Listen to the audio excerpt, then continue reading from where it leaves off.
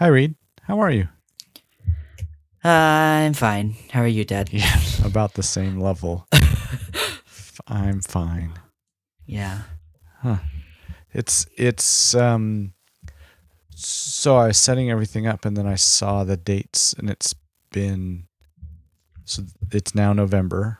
We are Yes. recording this on November 10th, 2024. And our last Correct. recording was the end of August. So Oh. there's another month called September and then another month called October. And now That's it's now. longer than I thought it was. Right. It's kind of gone by fast. Yeah. Which is It neat. happens. Yeah, I guess it's not like an interesting thing. It's just what happened. Yeah, that's the thing. Mm-hmm.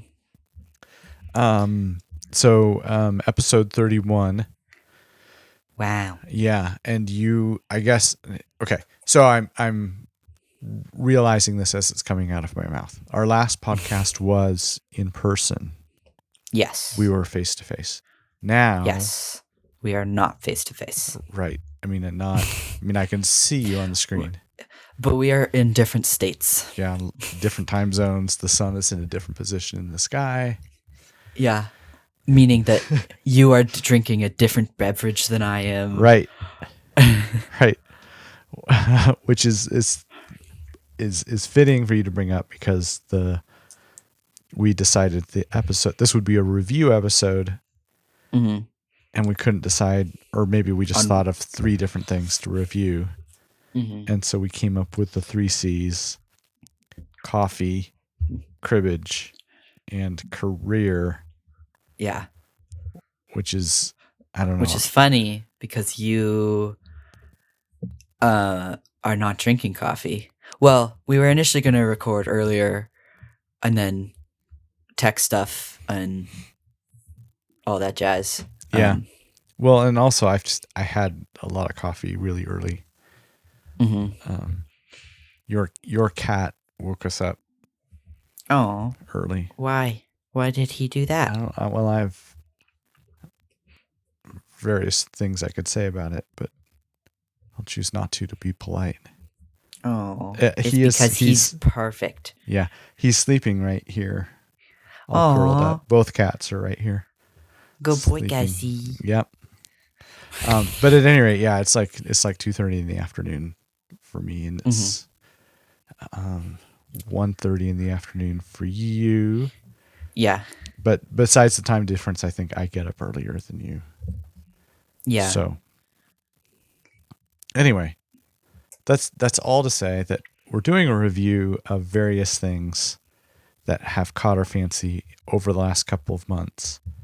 And and for no particular reason other than it seemed interesting to us. Yeah. So, which is like most of this podcast. I guess so. Yeah. I suppose other people listen, but it's not really necessary. No, I appreciate that other people listen. Yeah. But I'm not selling out to the listeners, to the corporate. We don't have a sponsor section or anything. Like, you listen to This American Life, which we are not at all like, and they talk about, like, they have breaks for Audible and Squarespace and all those things. Yeah, but we don't.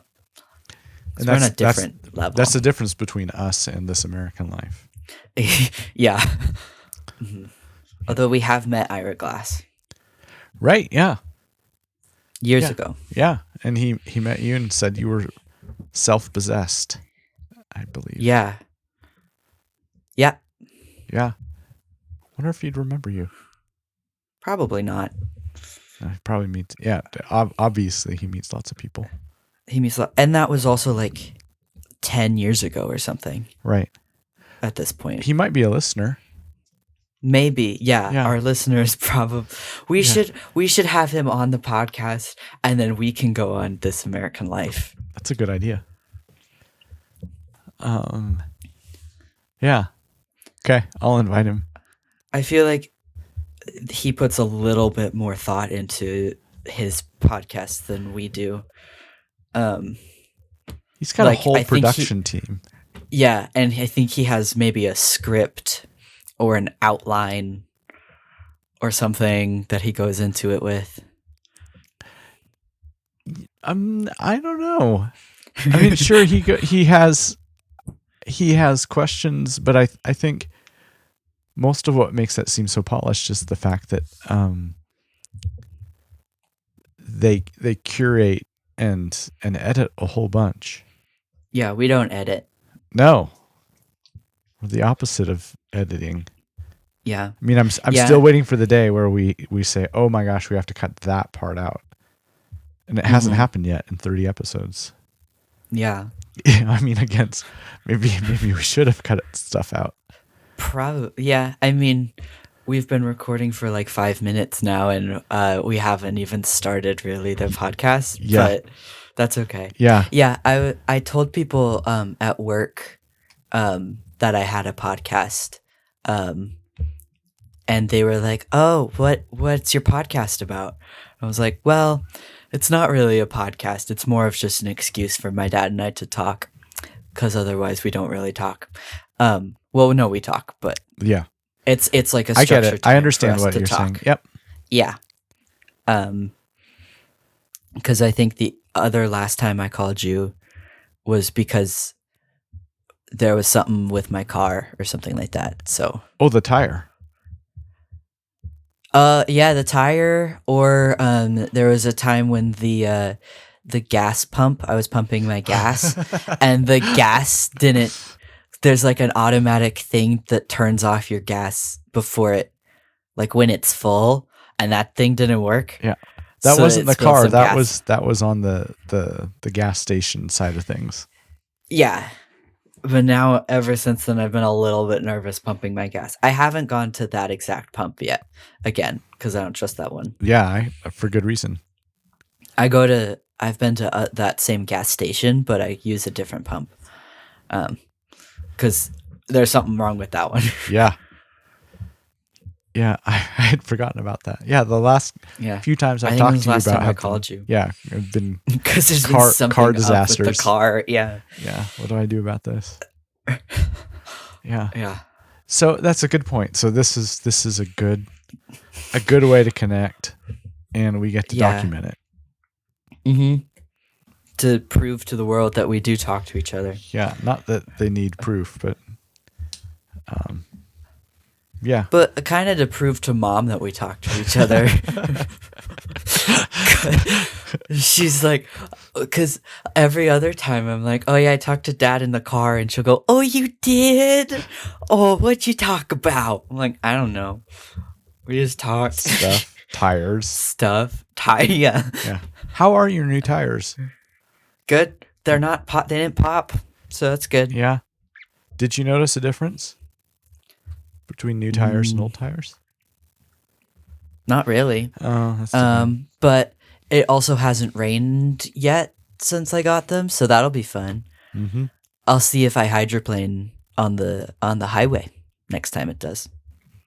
I don't really hydroplane on the highway that much. Yeah, I suspect. I mean, you had pretty good tires before, but I had good tires. Yeah, yeah. There's just some spots on the highway, or not even on the highway, but on the on ramps to the highway that are designed in such a way that they just become big puddles when it rains, which is a horrible design for Oregon. Yeah.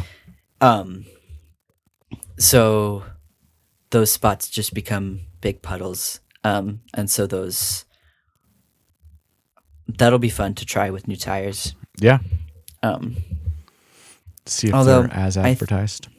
Yeah. I think they're probably similar quality to my old tires. They're just newer. New. Yeah. I always think that it's like the one thing I do to a car, like you get an oil change or new timing belt or something stupid that's supposed to like make sure the car keeps running and you don't notice any difference. But tires is the one thing I feel like, oh, now it feels like it drives differently. Yeah. That was the thing so for context to the listeners who are also here, apparently, I got a flat tire the other day and had to take it in to get new tires because that's what happens Yeah. when your tire gets flat. I do have a quick interruption. Like, what? Yeah. That was such a severe flat that you had to replace the tire? Yeah. So, do you know what you hit or what happened? I don't know what I hit. I just know I was driving back home from work and I was coming off the highway and I saw there were two cars pulled over on the side of the road. So I went around them to give them shoulder space. Uh-huh. And it felt like I hit a pothole. Like that kind of thunk. Okay. And then it was fine for a minute. And then I turned into my neighborhood and felt the steering.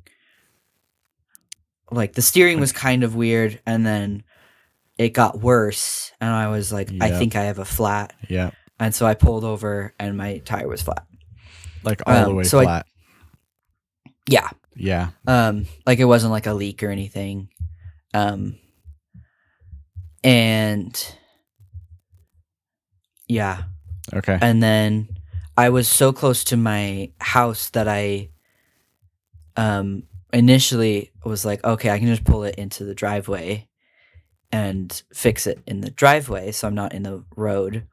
But then I pulled around the corner and it had gotten worse at that point. So then I just pulled it over by a street light and fixed it there. Yeah.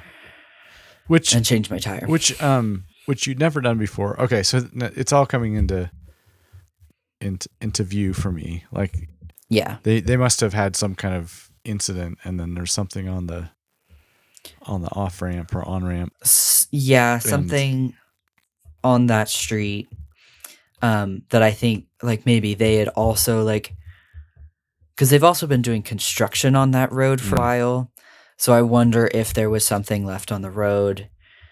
But then when I took it in, so I changed the tire. I changed it to my spare tire. Which kudos, like you've never done that before and haven't had any lessons. Well, in driver's ed, I watched a video. Oh, perfect. So I knew vaguely how to do it. And I like looked it up when I was there and like read through the little like WikiHow or whatever. And so I knew kind of how to do it. Like I knew to like loosen the bolts on the tire before you jack it so that it's not impossible. And then I jacked it up and like looked at the little car manual and like where the exact spot to put the jack was. Good. And then I did that. And then that took the longest. And looking then I put everything up? No, jacking it. Oh, yeah. Well, probably that took the longest. The hardest part was that initial loosening of the tire. Lug nuts? Yeah. The lug nuts, yeah.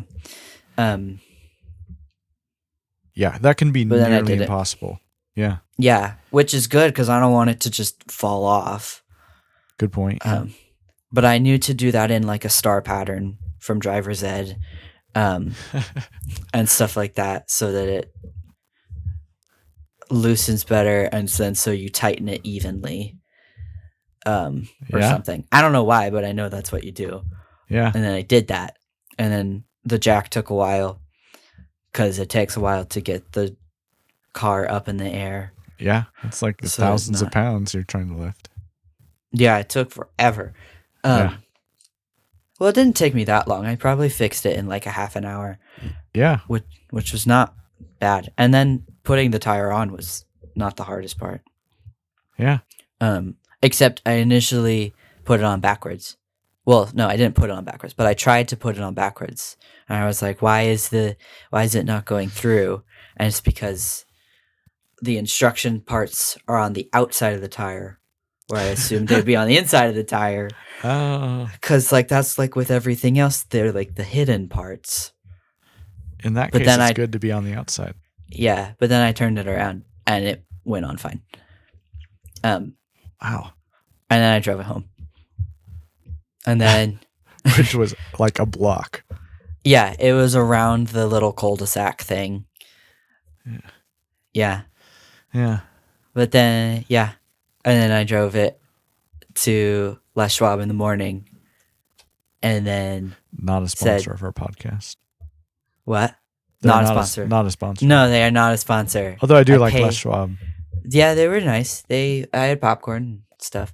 But I took it in there and they told me that first it took them 2 hours to look at my car. Because there was a line or whatever. And then they said that the hole is on the side of the tire or something. So we can't patch it. I said, okay, can I get a new tire? If you can't patch it, I would like a new tire.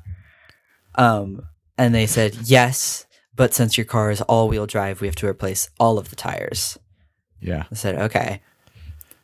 And they Which said, is a thing. Like other people Yeah. have verified. Like it feels like a scam, but yeah. yeah, they explained it, and I didn't really understand their explanation, but it made sense at the time. They knew what they were talking. I don't know how to fix my car, so I trust that they will fix it. And then they looked at me and they said, "Would you like to put new tires on your car today?" I was like, "Well, yeah. I can't drive it if it doesn't have tires on it." I didn't say that, but Yep. they had just explained that the tire that I had for my car was not going to work. And then they asked me if I would like to put tires on my car. Yeah. Yeah. I mean, I guess you could have driven the spare. I guess I could have driven the spare, but that's not at all good. Yeah.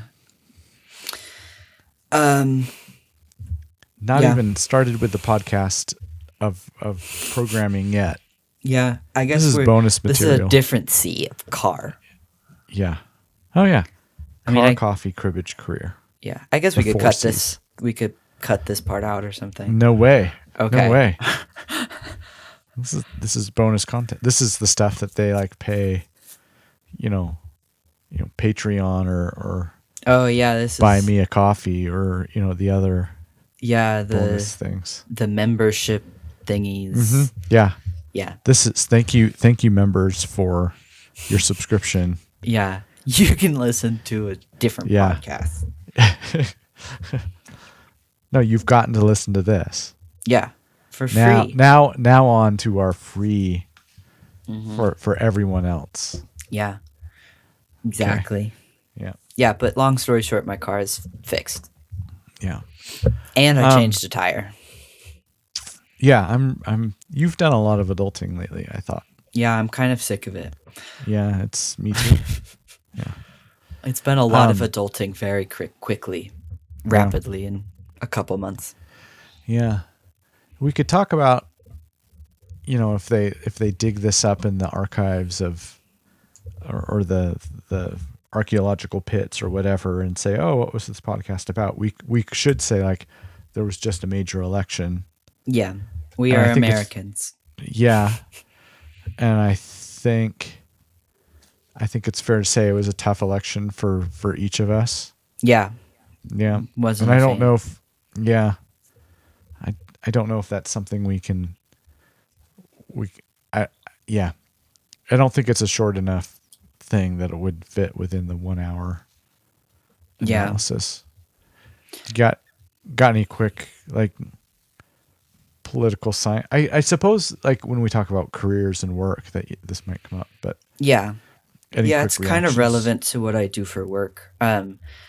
Yeah, long story short, we lost the election. As humanity. Humanity lost. Humanity lost. Yeah. We're not a political podcast, but it's a good. I feel like in previous episodes we've talked vaguely about politics, and I think it's pretty clear. Yeah, I what we think. suspect the listeners, the base here for mouth sounds would nod and say, Yeah. yeah, oh yeah. Yeah. Yeah. But um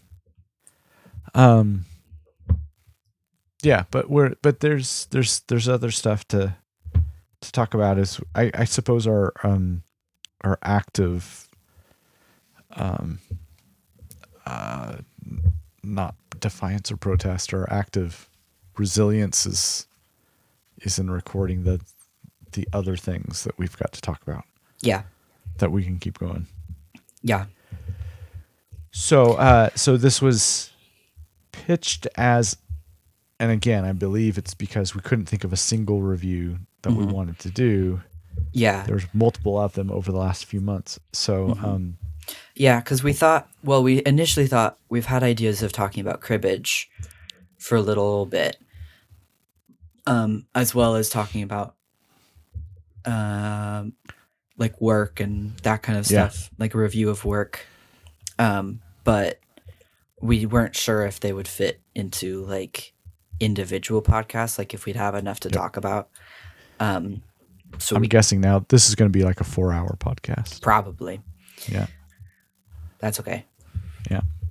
So, but the cribbage and the career are next on our list. But the first thing we were going to talk about is coffee, or the beverage that you happen to have. What are you drinking there? I saw you with a cup. Yeah, I have a cup of coffee. Well, I initially went out to coffee this morning with some friends. So it is the dregs of some coffee from a coffee shop with some homemade coffee on top of it. Nice. That's what I'm drinking. That's, speaking of adulting, that's like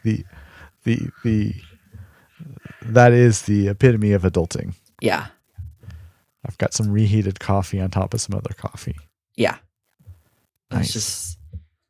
It's just because I had the cup and then finishing it, but it was cold and I knew we were going to talk about coffee here. So I poured some fresh coffee on top of it. Nice. Well, I had coffee early in the morning. Our routine is one of us gets up, me or your mom, and makes coffee. And then, although this morning we were both up at the same time and busy in the kitchen, so we made coffee. Often I'll make coffee and I'll bring it upstairs. That's nice. To Mom. Yeah, it's a life tip. So I had that coffee and then a second cup, and then we went on a walk and went to the coffee shop. Nice. And got a chai with a little extra coffee in it. Mm-hmm. A dirty chai, one might call it. A dirty chai, as they say. Yep. At the coffee shop at which you used to work. Mm-hmm. And it's a beautiful fall day here, and I had a really nice walk. So I had plenty of coffee by that time. And so now I am drinking it's not anything like coffee, but it's dark. It's from Bombastic Brewing. It's their Attempted Murder Imperial Stout, which is yeah. I'll show you. Like, the listener can't see it, I can show it to you on the screen. We got that at do we get that at Bozeman or somewhere? Anna introduced it to us at her bottle shop. Okay, that's why I know it. And so they have Murder Stout, and then they have Attempted Murder Stout. And the Attempted Murder, they don't have the Murder Stout here. It's clever because it's got a murder of crows on the That's on the really cover, funny. So. Yeah. Yep. I don't think you could quite appreciate it as a listener if you didn't see that. Yeah, they can Google it. Yeah, Bombastic Brewing, and it's a very thick drink, and delightful. I think I like the Murder Stout better than the Attempted Murder Stout, but the attempted murder is a little sweeter. It's got some vanilla cinnamon sitting Nice. there. Yeah. If our listeners just Google murder stout, they will find it. Okay. Good to know. Yeah. And Bombastic Brewing is in Goodness. I thought they were in Montana, but it's brewed and canned by Payette Brewing in Boise. That's in case you're fine place. Yep. Just fine. Yep. Yeah. It's a very good beer. Nice. I like stouts. Yeah. I was in Ireland once and had a lot of Guinness. I did too. I actually have some Guinness. I have some cans of Guinness on my little bar cart right now, because it's good. And yeah. Yeah, Guinness is a surprisingly easy to drink beer. Yeah. It's, and also, like, if you're in Ireland, you could get water for like the same price, basically. Yeah. So just get a Guinness and then might as well have Guinness. Yep. Mm-hmm. Yep. And it's like 4% alcohol or something, so it's basically fine. It's like children, breakfast babies beer. Can drink it. Yep. Not really. Yep. You just Don't put give it in the babies Guinness. You said it. Good luck getting into grad school now. Okay. Okay, so coffee and coffee adjacent beverages. Cribbage was our second C. Yeah. Cribbage is a game. And how? Yeah. So if you're familiar with Cribbage, you know exactly what we're about to talk about. If you're not familiar with Cribbage, you'll think, oh, a card game. Kind of. Oh, I've seen that with the pegs. Mm-hmm. So it's a weird game. It is a weird game. I think that's why we're enamored by it. Tell the listener what's your association with or introduction to Cribbage? Well, so I grew up watching you play Cribbage, specifically with your dad, or with other like hiking buddies or something like that. Like, it was a game where you'd play probably while drinking beer or around a campfire. I think was where I most associated it with. And then I hadn't played it until I think the first time I played it, we were looking. I was a senior in high school, and we were at a lodge place looking at where I would eventually go to college. Yeah. And yeah, it was like a scholarship opportunity place. That February trip or something. Yeah. And we would just sit in these kind of, I don't even know a way to describe that place, but it's just like, I don't know. It's like a corner room that. Yeah, it's like that kind of speakeasy vibes, but also a library looking. I don't know. It's a weird place, and we were in there, and you taught me how to play cribbage. Yep. Which I think basically, like, you can't explain the rules of cribbage. You just start playing, basically saying, okay, you count to 31, and you want to make 15s. Is like the main, like, I think that's how you first described it. And then as you play, you mention random rules. Yeah. Because there's a bunch of just weird things. Yeah. And if you're playing for the first time or even the second or third time and learning it, someone would say, Oh, and there's another rule. Yeah, which Oh, you turned up a jack. Oh, okay. I gotta okay, you peg get 2 points. 2 points. Yeah. Which it feels like a bunch of rules that like the older sibling is just saying so that they win or something. Like I think that's how the game was invented. Yeah. Yeah, because there's just random rules like if like the card that you turn up is a jack, then one person gets 2 points. Or if you have a jack in your hand that matches the suit, you get 1 point if it's in your hand while you count the crib or the your hand. Yeah. It's weird.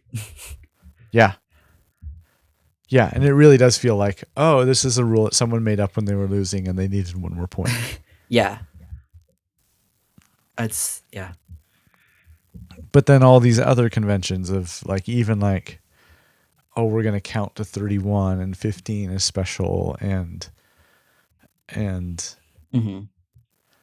and we're gonna have these different phases of the game that are the pegging phase and then the counting your hands phase. And Yeah. Yes. Basically, so okay.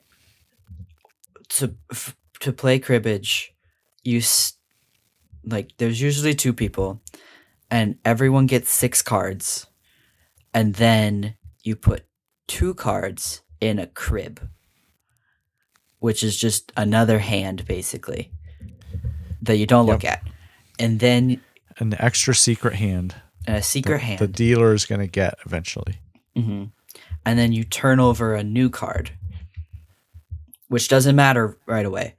And then you don't look at that for a while. And then you play cards back and forth, adding up to 31. But like if you add to 15, you get 2 points. And then if you get pairs or a run, you get those number of points. Uh-huh. And then when that's done, you count your cards. Yeah, and if you hit 31 exactly, you get 2 points. You get 2 points, yeah. And if you're the last card and you don't get to 31, you get 1 point. Uh-huh. And if the other person can't play because they'd go over 31, you get 1 point. Yeah. And then you start it back at 0 again, and you add up and try to get to 31 again. We're really selling the game of cribbage.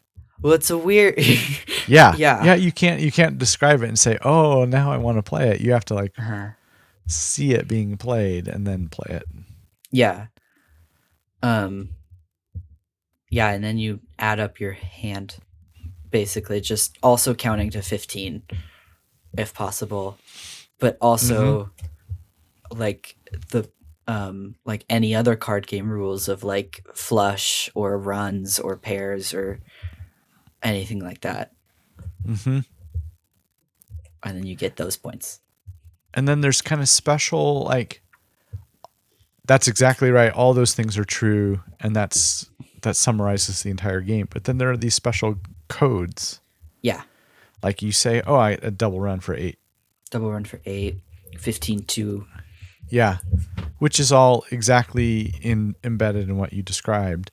Mm-hmm. But it's these special shorthand kinds of things. Yeah, but then trying to explain it makes no sense. Right. Good podcast material. Yeah. Yeah, it's really good because it's also a very visual game. Yes. Which is why it's great for a podcast. Yep.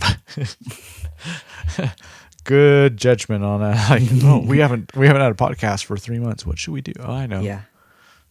Distinctly visual game. Yeah. So maybe the interesting thing is it's an obscure kind of British pub game. Yeah. That you've seen and then got to learn how to play, and then we play it now at other times when we see each other, and it's kind of a, I don't know, it's not like the Johnston family tradition or anything like that, but it's like it's a game that we play, and like I played it with Mom when we were last camping, and so there's some history to it. But what is it that what do you appreciate or like about the game of cribbage?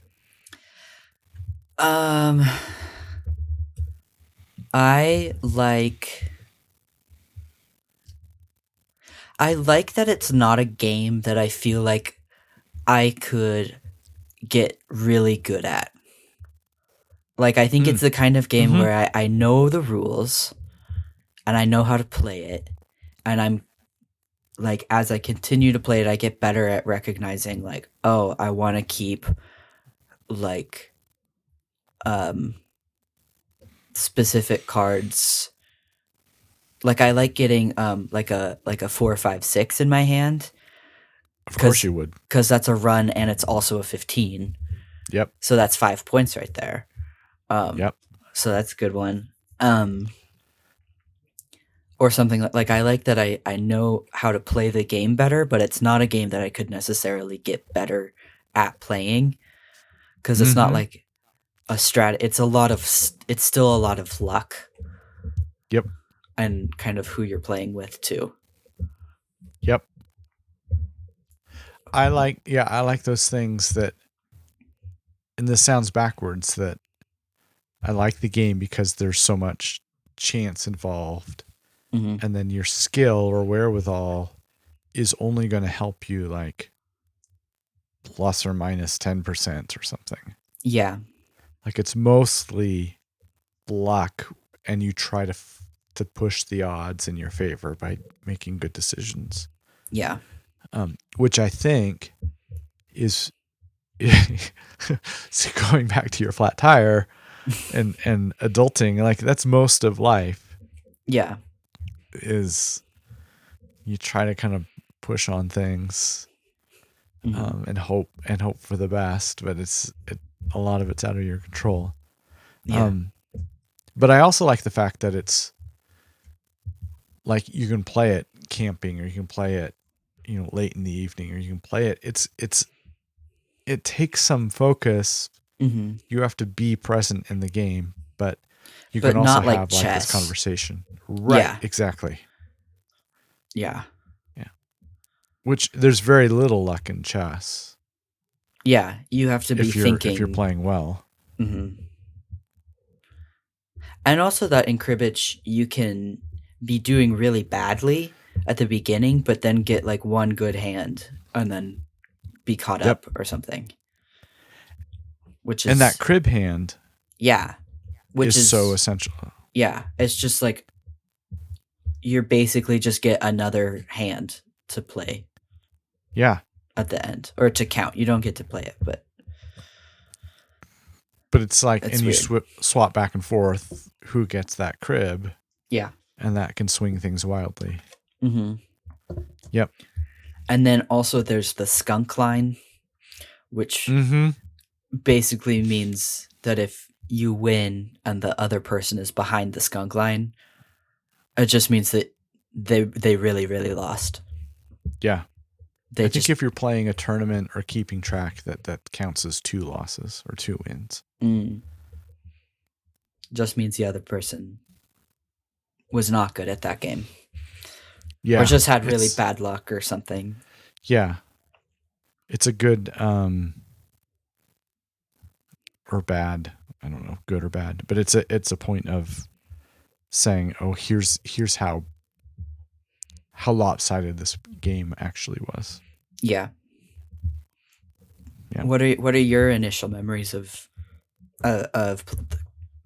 playing or watching or just of cribbage? So I think I know my dad had a cribbage board, and I may have seen him play once or twice, but I didn't learn to play until I was in college, and my roommate and some friends knew how to play, and that was like a study break. Like we'd order pizza and play cribbage, and then I came home and then would play cribbage with my dad. And what was interesting is he learned to play cribbage in college. So it's like this, it's not like cribbage is life, although it is kind of. Football is life. Yeah, it's the Danny Rojas game. But then, other people in my life, camping buddies and such, like that's a camping, backpacking kind of game. Yeah. Because you can play it in It takes a little bit of space, but not that much. For some reason, it works with backpacking. Yeah, you can just put it on like a bear Bear canister. canister. Yeah, Yeah. and that's your Or table on a and your bear. chairs and a bear. Yeah, maybe bears play Yeah. cribbage. Sure. I would think. Probably. What else are they doing with their time? Yeah. Yeah. Hibernating, eating salmon, and playing cribbage. Yeah, sounds great. Yep. But then when okay. So Anna went backpacking and then played cribbage. I'm probably messing up the story, like the sequence, but then also went to college and then played cribbage with friends. And then when you went to college and then we learned to play cribbage. So it's like this kind of coming of age. There's nothing special about it that says, oh, this is a coming of age game, but that's kind of the nature of it for me. Yeah. I was looking it up and it said it's a 10 plus game, like ages 10 and up.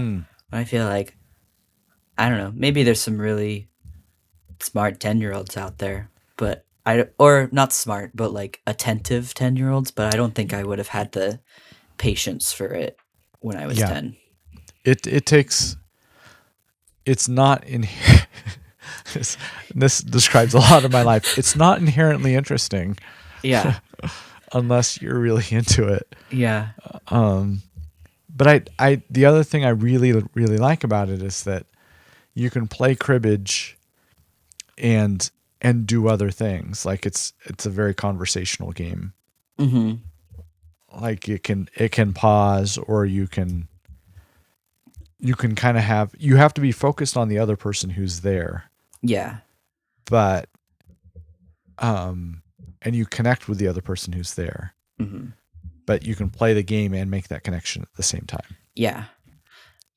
Yeah. Or you can be like having drinks or something, or there can be other people in the room. It's not like that's going to distract you that much or anything like that. Yep.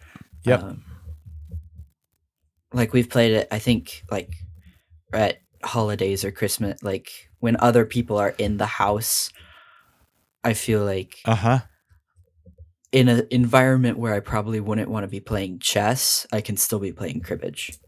Yep. And not that I'm good at chess or anything like that. It's just, yeah. Yeah. Or and lots of other games would be like that too. Like you can pull out cribbage and just say, oh, let's just play cribbage. Yeah. Like that's how I, when my dad would come visit, when my mom and dad would come visit, like that was a good way for me to sit down and talk with my dad. Yeah. Is to play cribbage. Because I suppose, like if you said, hey, let's sit down at the kitchen table and just sit there, like that's nothing wrong with that, but that's hard as an entry point. But if you say, hey, you want to play cribbage, that's an easy entry point. Yeah. Maybe cribbage was invented for adult men to talk to each other. I think you're onto something there. Or maybe it endures because of that. Yeah. Maybe cribbage it's like one of those games where it's maybe it's like podcast is now the version for us that cribbage is. It's like an excuse to talk to each other. Yeah. So cribbage is basically podcasting. Yeah. Yeah. Not really interesting to watch, but kind of intriguing. Other people can be involved. Yeah. But it's not really about them. Yeah. Yeah, and if you're an observer and you see both hands of the cribbage game, it could be interesting. It's really exciting. Yeah. Yeah. in a cribbage kind of way. Yeah. Yeah, that's insightful. Maybe I should change. Before we started recording, we were talking about education and stuff like that. For me in the future, we were talking about research, but maybe I should just adjust to just researching cribbage and stuff. I could probably write a thesis on cribbage. I'm sure, like if the it hasn't been cultural done. and historical impacts of cribbage and what that explains about our society and specifically masculinity. I could do it. Oh, I could write that oh paper. my God. Yeah. Yeah. Huh. They have cribbage tournaments. You could go do a whole study on like the sociology of cribbage tournaments. Yeah. Not to say that when I said like masculinity around cribbage, not to say that it is an inherently, it's not a game exclusively played by people who identify as men, but I feel like a lot of the people who I observe playing cribbage, Yep. except for our family, Yep. like Mom and Anna play it too. Yep. And her friends. Yeah, and Anna and her friends. Yep. I'm gonna write this paper Okay. There you go. in all of Who my needs- free time. Who needs grad school when you can just write a obscure paper on cribbage? Yeah, I could feels submit like- it to an article or like a journal or something. Yeah. I'll just email it to the New York Times and say, "Here you go." I think it's an essay in the New York Times Magazine. Yeah, or like the Atlantic or something. Harper's or Atlantic. Yeah. Yeah. Yeah. I You could want to do co-author it? it. Sure, Okay. that'd be cute. Okay. So there's our little take that will convince no one to play cribbage. And that's fine. Yeah. The other thing I use it for is when I teach a teaching methods course. I'll often use it as an example. Like, oh, if I tell you the rules, like that will make no sense. But if you watch it being played, Yeah. then it starts to make sense in this incremental way. And that's a lot of what education is about. Yeah. I think you wanted me, or you had offered to teach me how to play cribbage before I even, like years before I agreed to play cribbage with you. Because you said, "Hey, do you want to learn cribbage?" And I said, "Well, how do you play?" And you said, "Well, I'll just teach you while we play." And that didn't make sense to me at first. I was like, "No, I don't want to. Just tell me how to play it, and then I'll learn." But now you get it. yeah, It's like saying, "Hey, how do I grow up?" And I'd be like, "Oh, you just have do to try it." Yeah. Yeah. Speaking of Zebras, Speaking of transitions Adult. to other things, so we had the 3 C's were the themes of the conversation: coffee, cribbage, and career, which really was just an excuse to use that. Yeah, That's a C. Like we had been talking to each other about jobs. the work life stuff. What do you do for work these days? Oh, I am a. Was to that be a- clear? I know the answer to this, but I thought Yeah. that's how you'd introduce it. I am your worst nightmare for any homeowner in America. I am their Or renter. or renter, any person who lives in a house, or any person who lives in a place with an exterior door to the world. I am those people's least favorite person, because I am a canvasser for a human rights organization, for Amnesty International. Basically, I go and knock on people's doors and say, "Hey, guess what? The world has a lot of injustices, but guess what? You can pay money and fix that." And then people sometimes give me money, but oftentimes they don't, and that's okay. That is what I do for work. Yeah, what's your ratio of doors knocked upon or people you talk to and donations or pledges given?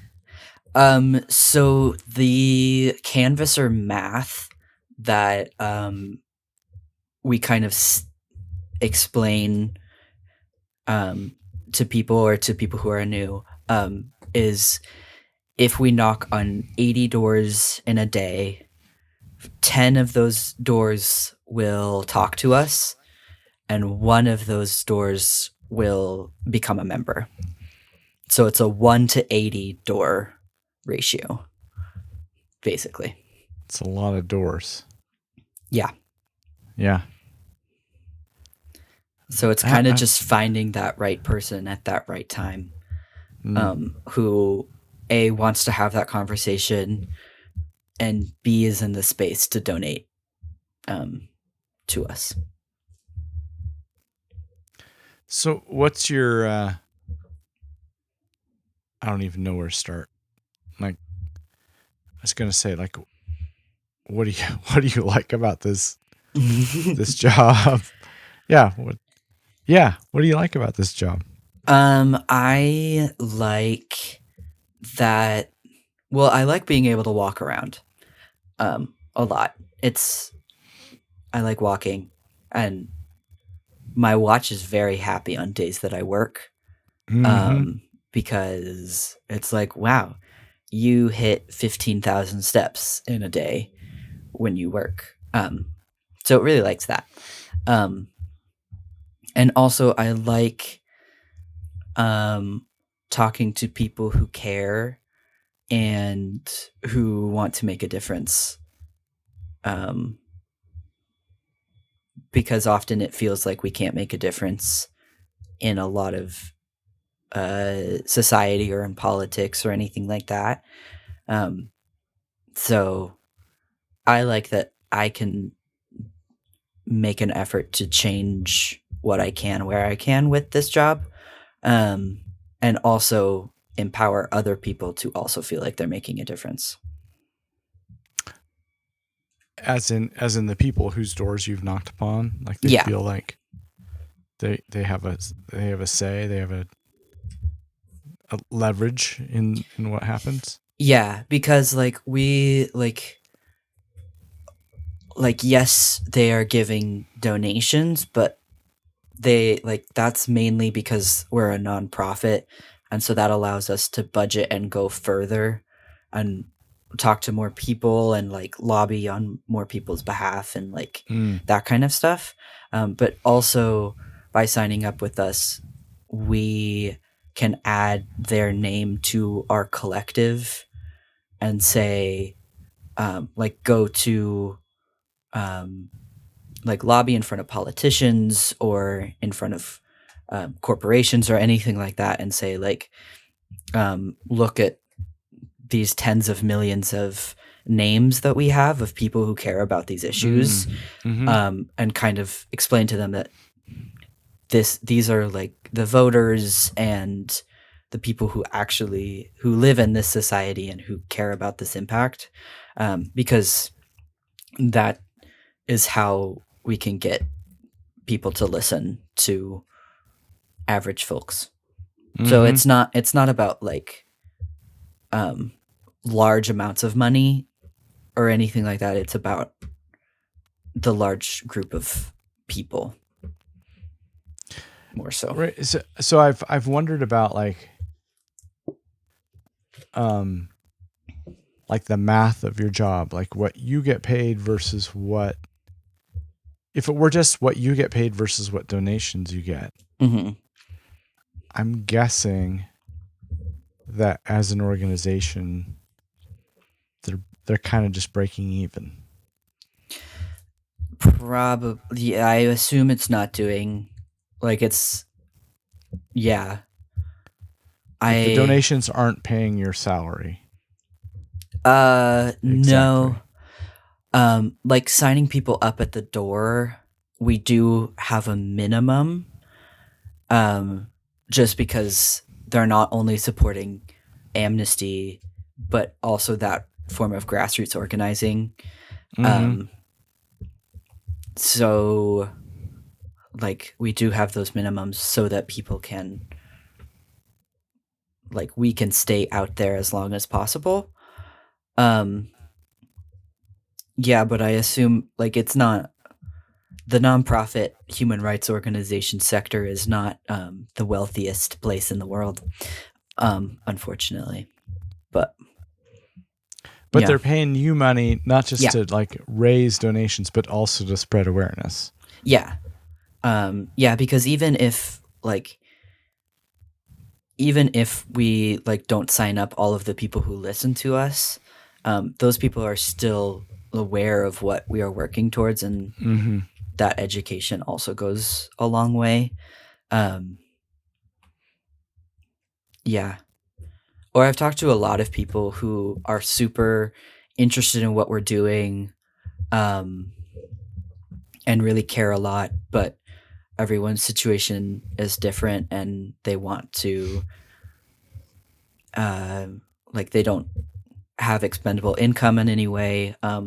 So in those situations, like, I'll direct people to the petitions on our website. Mm-hmm.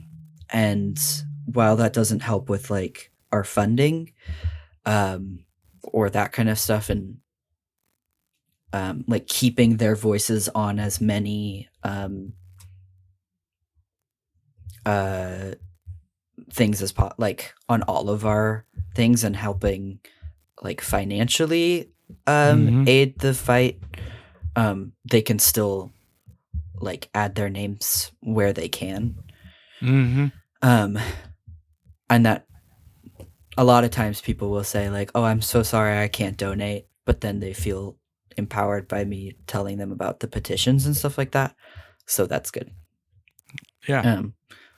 Because I think a lot of people care, but also a lot of things are hard, Yeah. and circumstances happen. Right. It's like cribbage. Mm-hmm. You don't always cut a 5. Yeah. Yeah. The jack isn't always the lead card. Yep. Yep. Yep. I'll be honest, like it's not like I didn't, no, I thought that this would be a good job for you, Mm-hmm.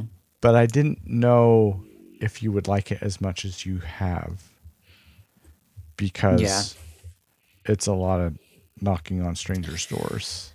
Yeah. I mean, most of the people I talk to, I don't know, probably about half and half of the people I talk to aren't the best people to talk to.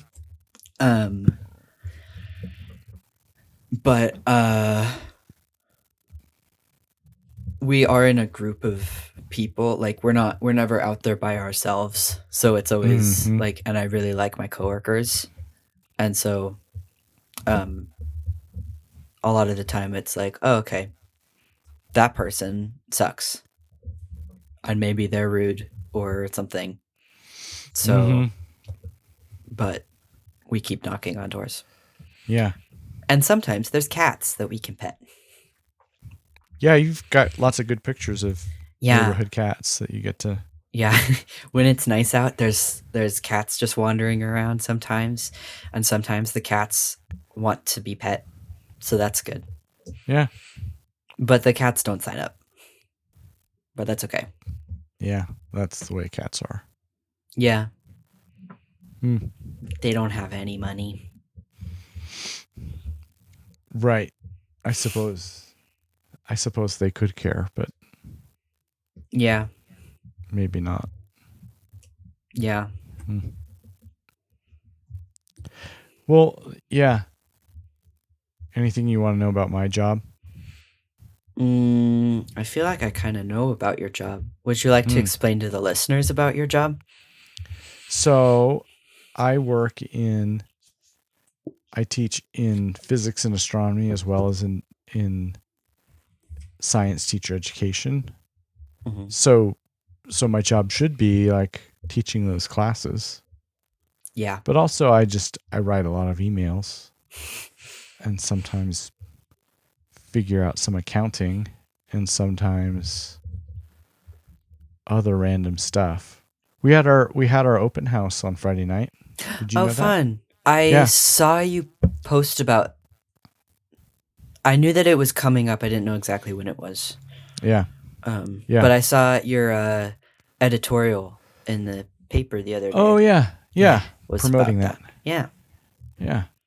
that was good. We had a lot of students come out. So it is an open house for physics and science in general, and lots of people and students participate, and we get to like open up our labs and say, here's what we do, and look through this microscope, and here's this thing of Cadaver. goo, or here's a lot. Yeah, the cadaver lab was open, which is kind of incredible that you'd get a chance to see that in any context. Yeah. And then my friend Colin and I, we got to do the circus of physics. Fun. And in the circus of physics, we lit a pickle up. I like that. It glowed. Yeah. I am sometimes reminded that the circus of physics is not a universal experience. In situations like when I can't even remember when it was, but I was driving somewhere with a friend of mine, and something smelled like when you make a pickle glow. And I said that it smelled like the glowing pickle, and they didn't understand what that meant. Because it's a very distinctive smell. Yeah.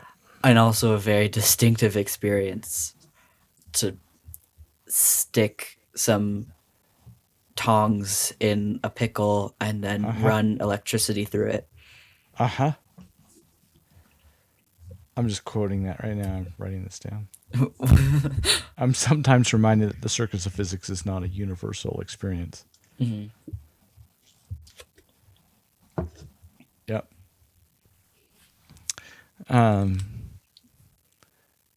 Yeah, so there's stuff like that, and we did the bed of nails and the smashing of the cinder block on Colin's chest, and Good. sent the song "Dancing Queen" by ABBA over a laser beam. Oh, cool. To a solar panel to another amplifier. Nice. Yeah. Which was funny because lots of kids were like, oh yeah, that just happened. And then they weren't the impressed adults, by that? They weren't impressed. It's like, oh yeah, we do that all the time. Like, no, you don't. Oh, did they just like assume like that's how Bluetooth works or something? Or yeah, and to be fair, that is kind of how Bluetooth works. Yeah. Kind of. But you don't see it like that all the time. Right. Some of the grown-ups were especially astonished by it. And I think, now that I think about it, I think the people who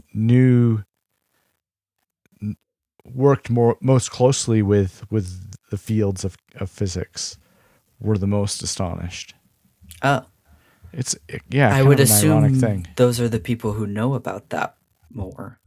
Yeah, and it's one of those cases where the more you kind of know about something, the more ridiculous that is. Yeah.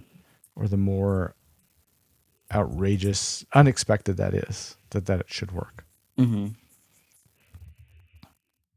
So yeah, that's part of my job. And then public outreach for education, advocating for education in science and math in particular, and preparing science teachers, which should be really straightforward. It should just be knocking on doors and saying, hey, you want to support this? Let's do this thing. And people should just say yes. But actually, it's a lot of other things that are inefficient. You write a lot of grants and not enough stuff. Apparently, but yeah, you do have to do those things. Yeah. Fun. Yeah. So generally speaking, it is fun, but the fun things are not. What's fun about it is not 70% of what I do. It's the other 30%. Yeah. I think that's what defines a career rather than a job. Yeah. You're in it for the long haul. Yeah. It's kind of like your return on knocks on doors, I suppose. Yeah. But it's nice to know you do get those interactions that do pay off. Yeah. The other day I was talking to someone who their card had expired, So they had been a supporter, but like their card was no longer going through. So I just like went to see if I could add them back on with like their new card or a direct deposit kind of system. And their kid was super into it, like probably like a 2-year-old, and they were kept trying to grab like the tablet, and they didn't understand that they couldn't also sign up. I don't know where I was going with that, but like that gave me a little bit of hope for the next generation if they're already wanting to sign up for nonprofit donations. Yep. Yep. Yep. There's some enthusiasm there from the youth. Yeah. That is worth holding on to. Mm-hmm. Yeah. Well, anything else we should talk about with career, work, day-to-day drudgery now that you're out there in the workforce paying for new tires?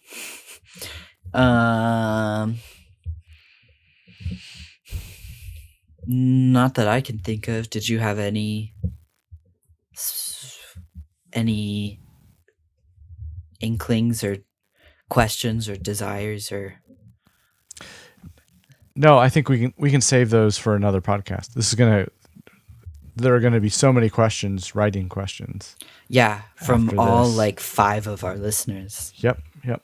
I think there's more than that. They're out there. Oh, like 7? Yeah, just based on the statistics. I think there's a lot. Yeah. But yeah, we can save that for another time. Yeah, we do have 5-star rating, right? On Last I checked, 5-star rating on Spotify. all like 3 reviews. There's like 7. Wow. 100% 5-star ratings. Wow. From 7 people. Nice. Okay, pushing that to the edge here. Okay. Well, it's fun to talk to you about coffee, cribbage, career, and all kinds of other things. Yeah. And we'll have to catch up sooner than we did, in a more timely manner than we did over the last bit. Yeah. We'll come up with some plan. Yeah, maybe a 10 questions episode is next. Yeah.